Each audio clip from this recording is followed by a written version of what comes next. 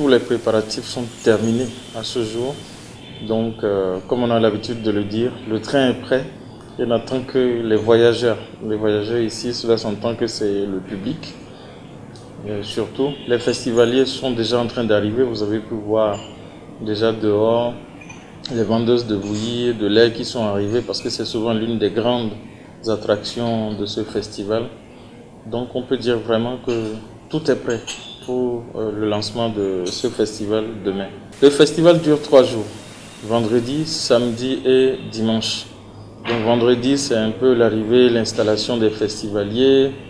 Donc vous savez que généralement on transforme des Maradios en un campel où les gens qui vont quitter leur campel vont rester camper ici pendant 3 jours. Ils dorment ici, ils mangent ici, ils se lavent ici, ils préparent ici, ils font tout. Et c'est aussi un marché qui s'anime. Le marché du lait, le marché du fromage, la cuisine Peul. Et tout ça, c'est en même temps école. Donc si vous voulez, vous pouvez venir en même temps voir comment vous-même vous pourrez apprendre à fabriquer du fromage à partir du lait que vous allez acheter chez vous, vous-même. Donc c'est une cuisine école.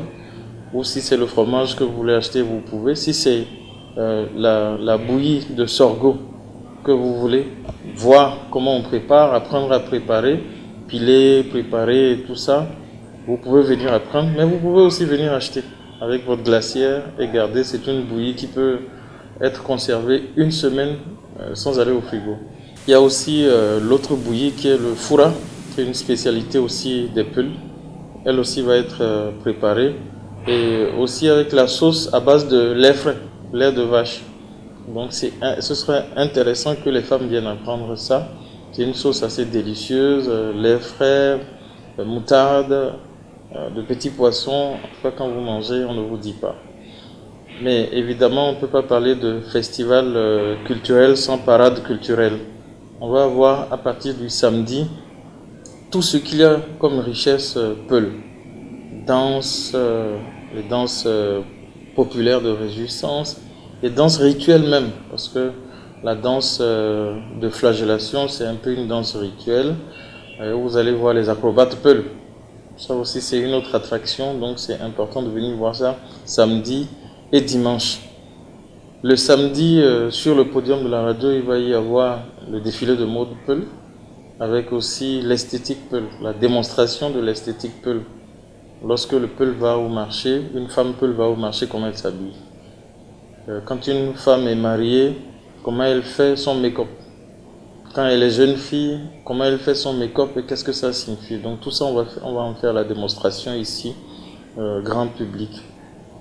Le dimanche, en plus des parades culturelles, il va y avoir la flagellation à partir de 17h. Et après, on va clôturer le dimanche avec un concert du groupe de Ouroudjo, Yakubu de Tchatchou. Vraiment très excellent groupe tradi-moderne Peul.